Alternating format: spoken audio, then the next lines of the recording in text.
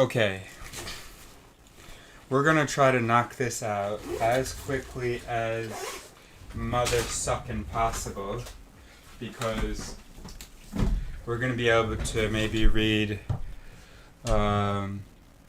this script with someone. Alright, so let's go. We're streaming.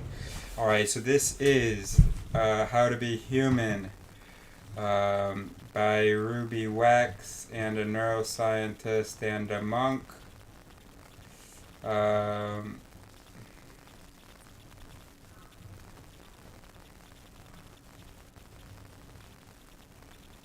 Great. Okay, let's go. Chapter 5, Compassion. You can hear me, everything's fine. There's an expression. If you're shot with an arrow, you just pull it out. It doesn't help to worry about who shot it, why they shot it, and whether they'll shoot it again. Just take it out. That's self-compassion in my book. It's strange for me to be writing a chapter on... I have trouble saying the C word. It's always been a hard one for me to say out loud because of my depression and the feelings of shame and self-disgust that come with it. It's probably because I stigmatize myself more than other people stigmatize me. I bring out the whip, thinking how self-indulgent I am when other people have far bigger problems. I have to remind myself that these thoughts are symptoms of the disease. The biologist Louis Wolpert writes, "Thoughts are to depression what a tumor is to cancer." But while I'm doing Time in the Darkness, those vicious thoughts seem so real and justified. This is why it's difficult to feel self-compassion, let alone compassion for anyone else. My story. I've been working on this book while on my Frazzled, her other book, while on my Frazzled tour over the last year. I love to write on long train journeys where I can finally focus. If I get bored, I can look out the window and see the odd cow, unlike working in my home, which is the Piccadilly Circus of distraction. At midnight on 7 February 2017, I was in a taxi coming back from Victoria Station and writing in the back seat. 2 hours later, at home, I realized that my computer was missing.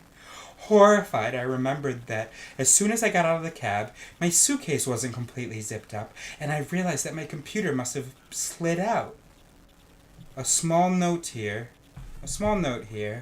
During a few of my more severe bouts of depression, and it could be a coincidence, my computer seemed to break down along with me. Either they suddenly go blank, never return to life, or, on more than one occasion, I've spilt water on them, and again, kaput. In a mindfulness guide for the Frazzled, I wrote about a whopper of a depression I had a few years ago in America, and its accompanying computer breakdown. No button on earth could bring it back. All that happened was...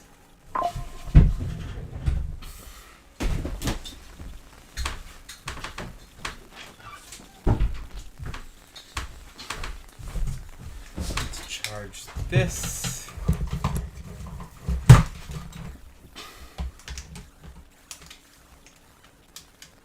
And let's charge this.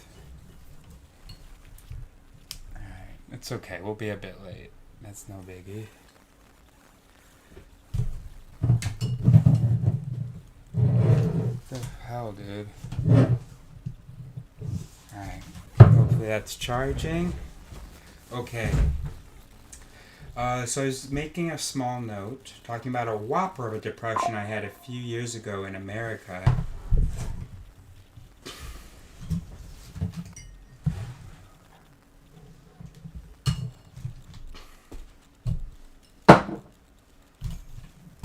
Alright, well, shut that off, put that there. I had to get back to work, big bro. Unplug that from there. Come on, bro. Plug it in here. Shut the fuck up, bro. I'm not trying to connect it. I'm Sorry, I'm getting a little bit annoyed here. But these are just silly thoughts, bro. Okay. Compassion. So I was telling you about a whopper of a depression I had a few years ago in America and its accompanying computer breakdown. No button on earth could bring it back. All that happened was, every once in a while, there were flashes of passing lights on this screen, like a UFO. At the time of our breakdowns, the computer and I,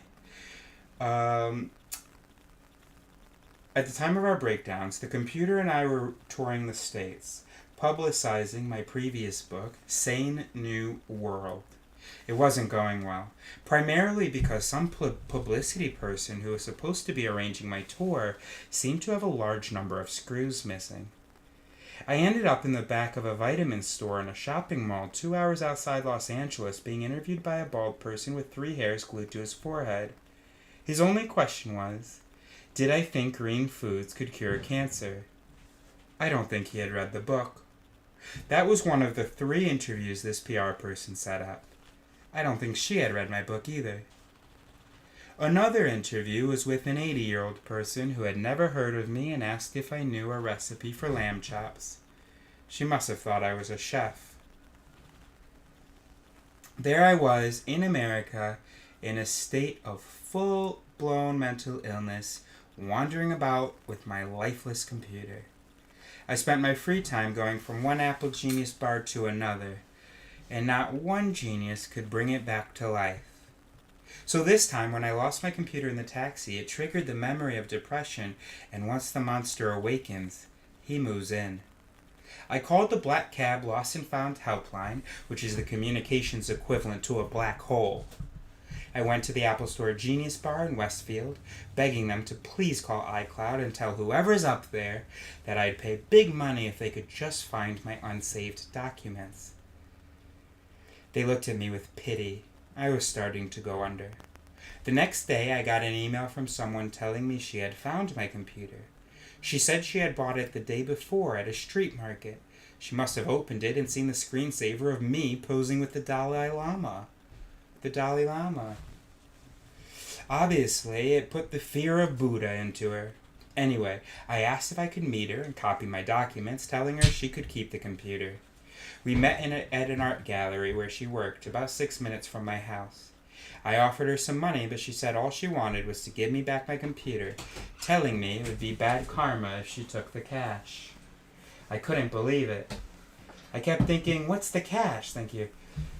I'm a natural-born cynic. In my mind, no one does something for nothing. There's always a bill.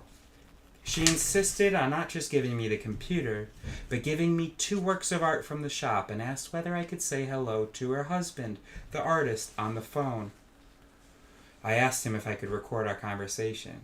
He said, maybe this was supposed to happen. You were meant to drop that computer, and I was meant to give this message to you. You're honest and speak the truth. I adore you and what you're doing. Now you go and have the best day.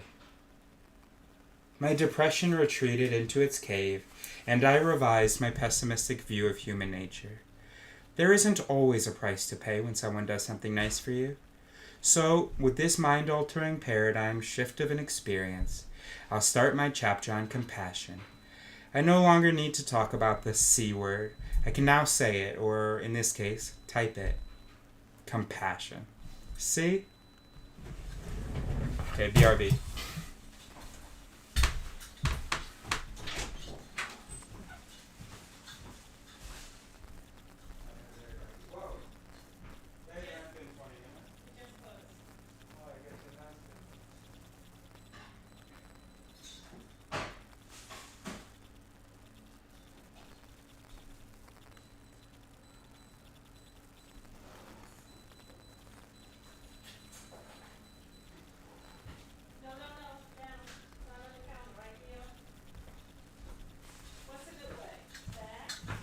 Well, not to sing to him.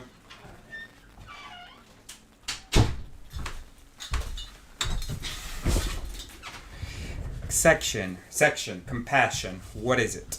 So what does it mean and how long has it been hanging around? Answer, a long time, or thereabouts. Around 1 million years ago, our ancestors were far more touchy-feely than we are today.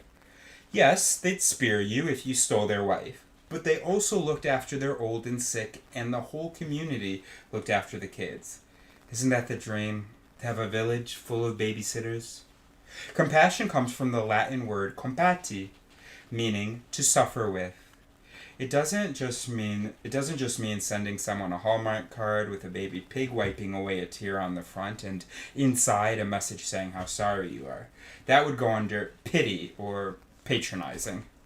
With compassion, step 1 is feeling the pain of another, and the big step 2 is being motivated to relieve it. Okay. It's the will to act that defines it, rather than just feeling someone else's pain. You feel you actually want to go out and do something about it. If I'm in pain and you just feel my pain, it's not going to help the situation. A bit. Anyway, it's not going to help the situation. How can you possibly help me if you're in so much pain from my pain? Well, just the company, right? Now I'll need to help you cope with my problem. Also, we sometimes jump at the chance to feel someone else's pain for the wrong reasons. We don't want to feel our own, so we distract ourselves with theirs. The benefit of practicing mindfulness for compassion is that you'll be able to keep your mind stable in the fierce fires of someone else's pain without getting pulled in or overwhelmed. You'll be able to stand back, watching your thoughts and feelings to make a clear, unbiased decision on how to help the other person by being aware when to say something and when to be quiet and just be nearby. Someone has to hold the boat steady when the storm comes in. Section, empathy. What is it? Empathy is a whole different ballgame. It comes from the Greek word empatheia, meaning to feel into. It's implanted in us from our mammalian forefathers when we mimicked the facial expressions and gestures of each other, based on the monkey see, monkey do school of thought. When we mirror another's facial expressions, we feel what they feel, because our faces and our feelings are intrinsically linked. Compassion is the feeling you get when you see someone suffer, and this motivates a desire to help. Empathy is resonating with someone's pain, but not getting it confused with your own. Empathy is unconditional, just as compassion is. We don't have to like the person we have empathy for, we just need to imagine ourselves in their shoes. You can take this even further. If you can feel empathy for someone who's harmed you, you're in the big league. Section. That's a big deal. And let's not just skip over that and go, oh, I'm a good person, so I must be in the big league, therefore I can easily feel empathy for someone who's harmed me. Or even if it's not easy, I do it every time. Let's just call bullshit on ourselves. And next time that you interact with someone who has harmed you, not just who has harmed you, but whose harm comes to mind, right? Because everybody in your life has harmed you, I guess. But where it's something that you could easily just immediately do. It's on your mind. And try to be empathetic, which means concretely to resonate with their pain without getting confused with your own. What does that actually mean so you feel their pain, but you don't feel it as yours? I don't quite get it. Section, self-compassion comes first. However, if we don't learn to be compassionate to ourselves first, we can't feel it for anyone else. A mother has to teach her child to soothe themselves, but she can only do that if she can soothe herself. Otherwise, there'll be two people drowning. My opinion is that we project our thoughts about ourselves onto people around us. For example, I know that I'm a great liar. And I know, you know what I can do? I can put that little tiny bitty camera on the book stand, once we get the book stand, so it I kind of have eye contact with you. My opinion is that we project our thoughts about ourselves onto people around us. For example, I know that I'm a great liar, and so I don't believe people are generally honest. Alright, I think I'm a great liar, but I just almost never do it, and get very uncomfortable with when I do it. Oh, so that's why. So I get very uncomfortable with lying. So I tend to assume that people are generally honest, and it's kind of hard for me to wrap my mind around people lying.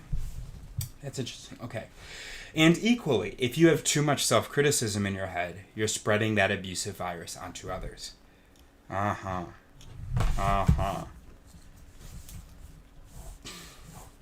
Conversely, if you're nice to yourself, you're probably generous and kind to everyone around you.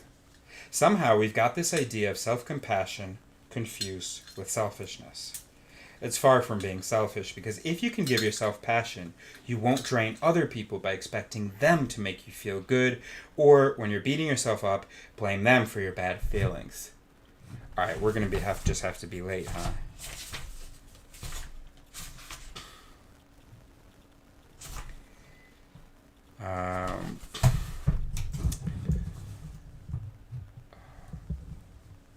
Hold on a second.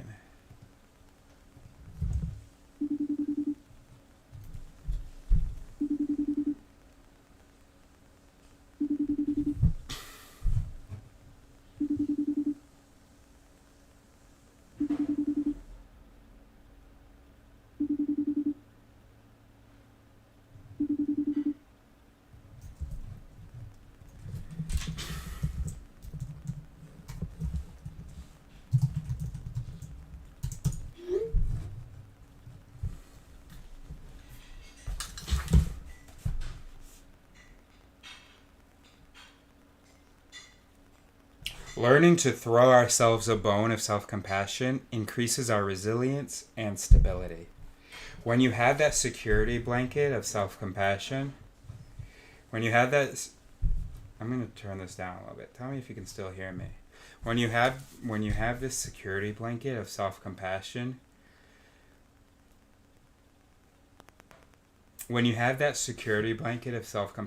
you feel like you can take more risks, come out of the box, and be more creative. I want to underline, it's far from being selfish, because if you can give yourself compassion, you won't drain other people by expecting them to make you feel good, and you won't blame them for your bad feelings. That's such a big deal. That's a really big line, actually. Learning to throw ourselves... You know what, I haven't really said anything nice about Ruby Wax. She is awesome. Not that she gives a shit what Eris has to say, but also she's mindful, and if she happens to ever hear about this, she will care in that moment. You're doing great. Love this. All of it. Love, and what a struggle it must have been to publish all these books with all the issues.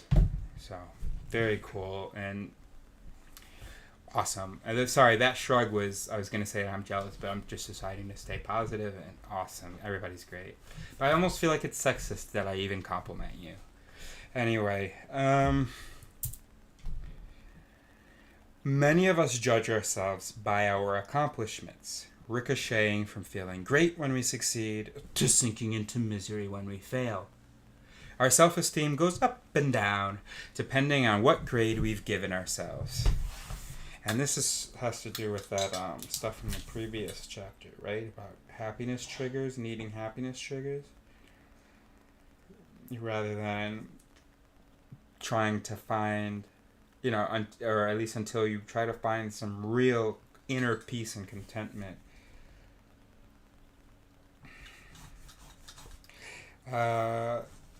With self-compassion, you learn that if you do fail, it doesn't mean you're a complete failure as a human being. It means you screwed up on one thing.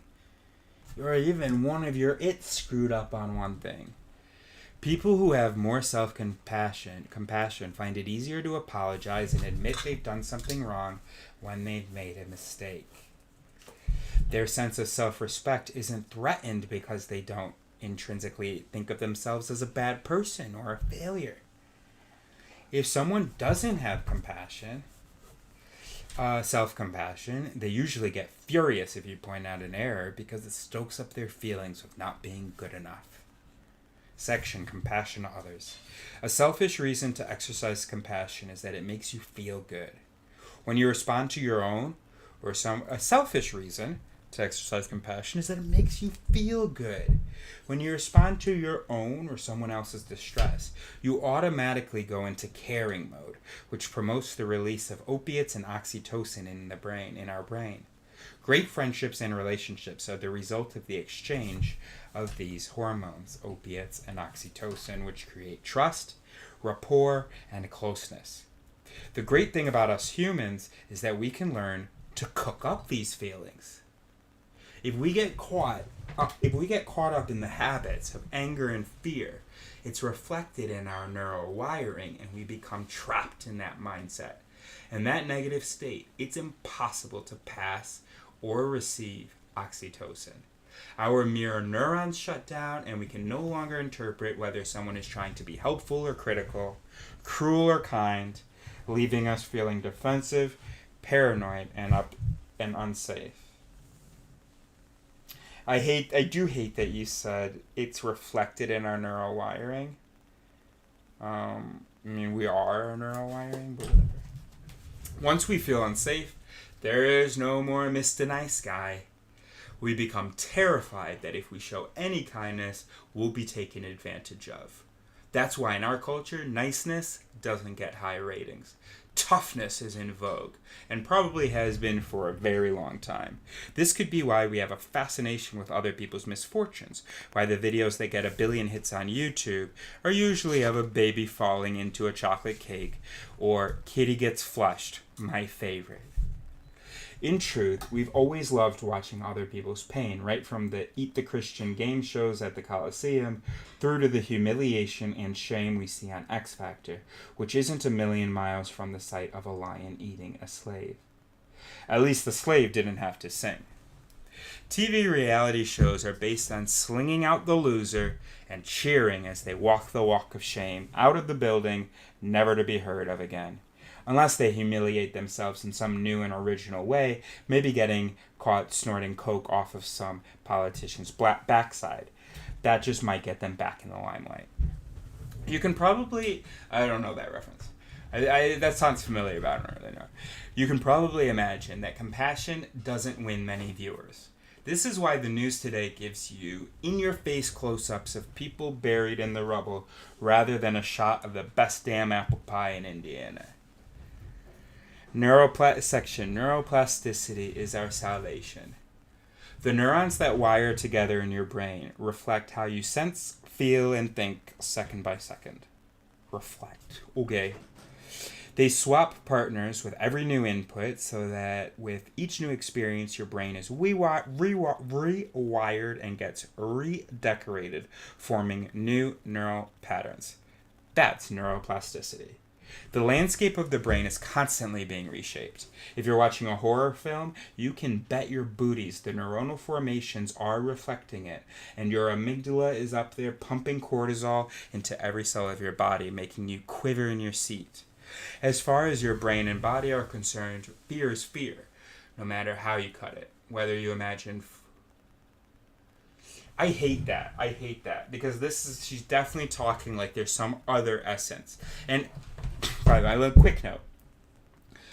People will tell you the brain can't mistake like fiction from reality. Can't distinguish fiction from reality. That's obviously a stupid fucking thing to say. Because you're a brain and you can, in many ways, distinguish fiction from reality. What they mean is that there are parts of the brain, or rather it's in the brain, or networks, or pathways, or whatever you want to say in the brain, that cannot distinguish fiction from reality. There are other parts that do a better job of that. And sometimes your behavior might be coming from the former it's that can't distinguish. So that's why.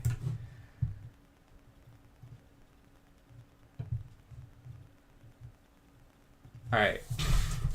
Great. Okay. Okay, we're almost done. Okay.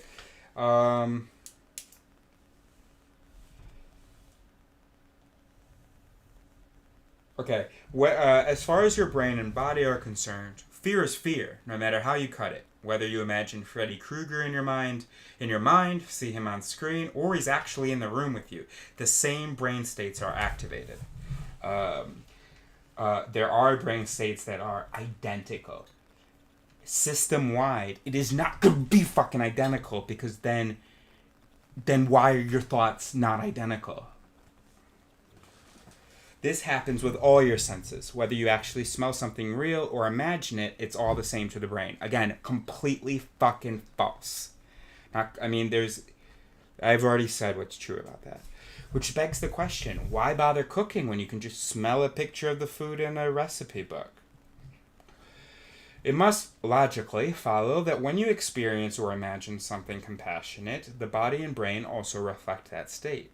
The question is, do you want your brain to be a whirling dervish of madness, or something that promotes ease, health, and self-esteem? It's your call. And I'm just gonna, you don't believe me, do you? And you're like, alright, it can't be that much bullshit. It can't be that untrue if it's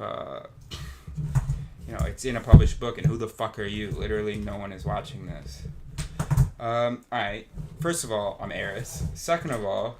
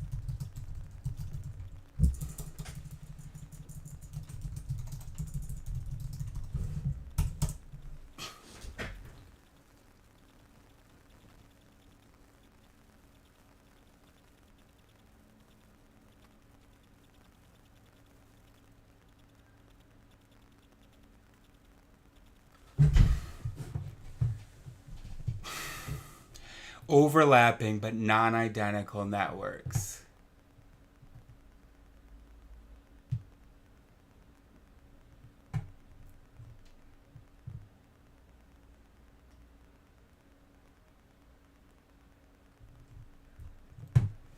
Alright, anyway, hopefully you believe me. We're in too much of a rush to read it. Section, compassion in the brain.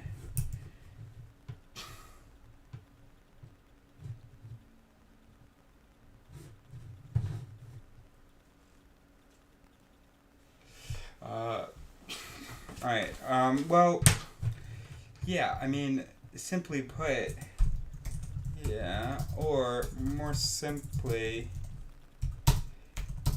if you can generally tell the difference between imagination and perception, but the brain can't, then what and where are these mechanisms of differentiation?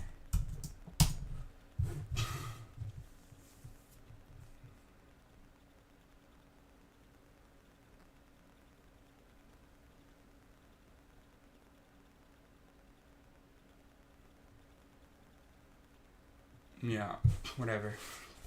Okay. Compassion in the brain. Rick Hansen, who I mentioned in chapter 2, says that the brain can become hardwired for happiness Here are some suggestions to help you hardwire. Ready? Pen and paper, please. Or type or notes, whatever you want to do. Record it. Make sure it's accessible. Put it on a post-it. Are you ready? Help someone you don't know. Unless they tell you to fuck off. Be happy for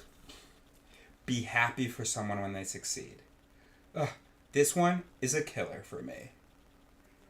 Say sorry if you interrupt your husband/wife for the 1000th time. Which I do on a regular basis. The interrupting, not so much the sorry bit. I bet he does. That's awesome. Let someone jump the queue in front of you. I know this is sacrilege in this country. Just see if you can let them in without screaming, "You asshole, who do you think you are?" We need to learn how to do compassion. It won't grow by itself in our neural jungle, and if we don't learn it, we'll go back to our very destructive and violent default mode. When being compassionate, there are no rules to follow. Anytime you're moved to do something to help, that's enough.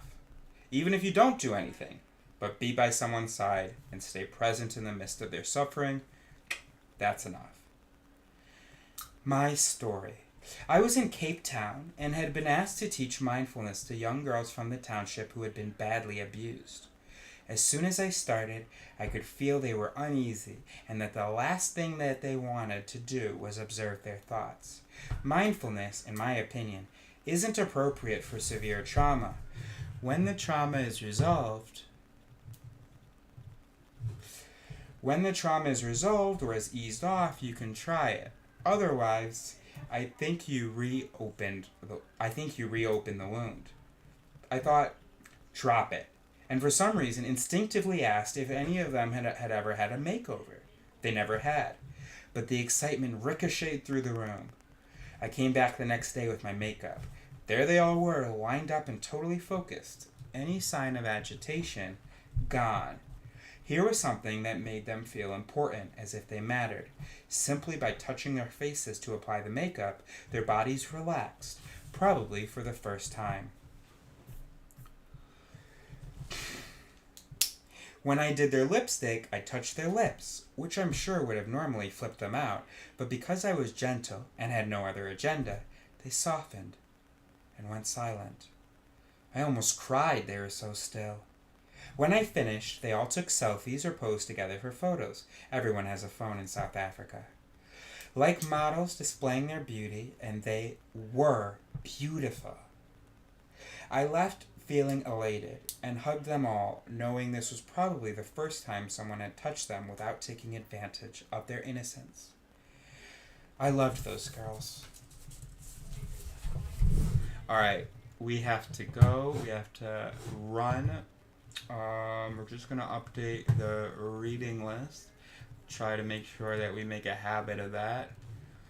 What did I say? 80, 60, 74, 80, 84. Alright, and you just gotta make little progress like that, big dog. Okay, thanks so much. Bye.